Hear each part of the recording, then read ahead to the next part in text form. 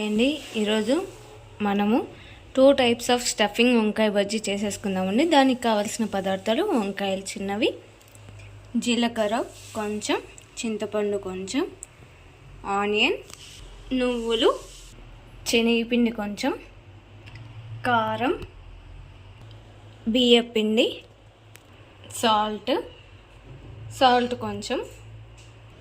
చూడండి, స్టఫింగ్కి ఆనియన్, నువ్వులు, చింతపండు, జీలకర్ర, సాల్ట్, కారం మిక్సీకి వేసుకోవాలండి. ఇవి స్టఫింగ్ ఇలా ఒక్క వేసుకోవాలండి. అన్నీ ఇదిలిచ్చేసుకొని ఇలా ఈ విధంగా వేయించుకోవాలండి. బాగా దోరగా వేయించుకోవాలి. చూడండి, ఇలా 30% వేగుతానే తీసేసుకోవాలండి.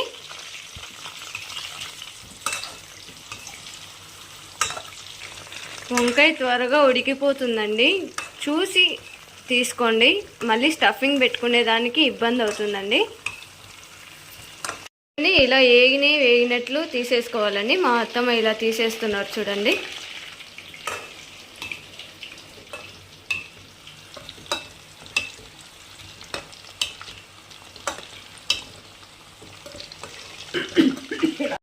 సన్న మంటలోనే వేయించుకోవాలండి.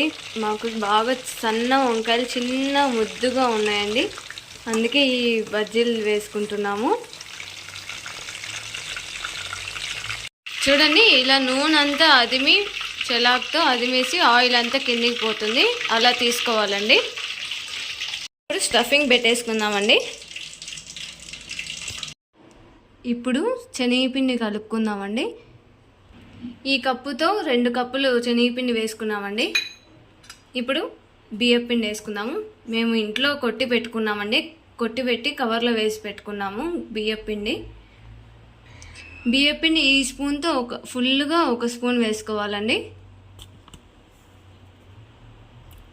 చూడండి, ఇలా వేసుకోవాలి. కొంచెం అంతా సోడా పిండి వేసుకోవాలి.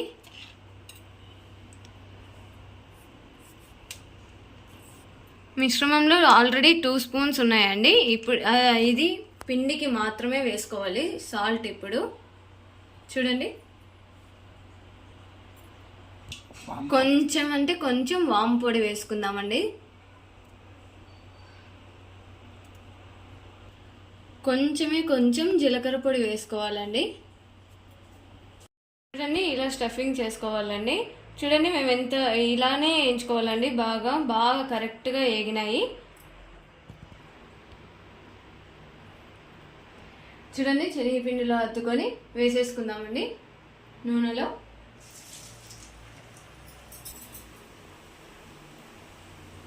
చూడండి, ఇలానే బాగా కలుపుకొని అద్దుకొని వేసేసుకోవాలి.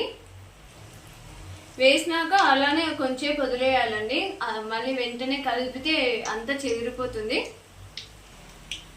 శనగపిండిని ఈ విధంగా కలుపుకోవాలండి. చూడండి,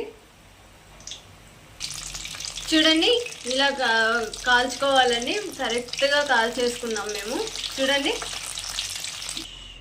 చూడండి, ఇది ఇంకో రకం వంకాయ బజ్జీలు వేసుకోవాలండి. రౌండ్గా ఇలా కట్ చేసుకొని ఉప్పు కారం అది స్టఫ్ రుద్దేసుకొని పెట్టేసుకుందామండి. ఇవేమి ఆయిల్లో వేయించుకొని అవసరం లేదండి, అలానే స్టఫింగ్ పెట్టేసుకొని వేయించేసుకోవాలండి. స్టఫింగ్ పెట్టేసుకొని శనగపిండిలో అద్దేసుకొని వేసేసుకోవాలండి. అయిపోయిందండి. చూడండి ఎలా వచ్చాయో, చాలా బాగున్నాయి. మా ఆయన కూడా ఇప్పుడే పెట్టాను, మా ఆయనకు కూడా చాలా బాగుందన్నారు. టేస్ట్ చేసి సేమ్ గుంటూరు బజ్జీలాగే ఉంది అని చెప్పారు. చూడండి, మీరు కూడా ఒకసారి ట్రై చేయండి. Thanks for watching.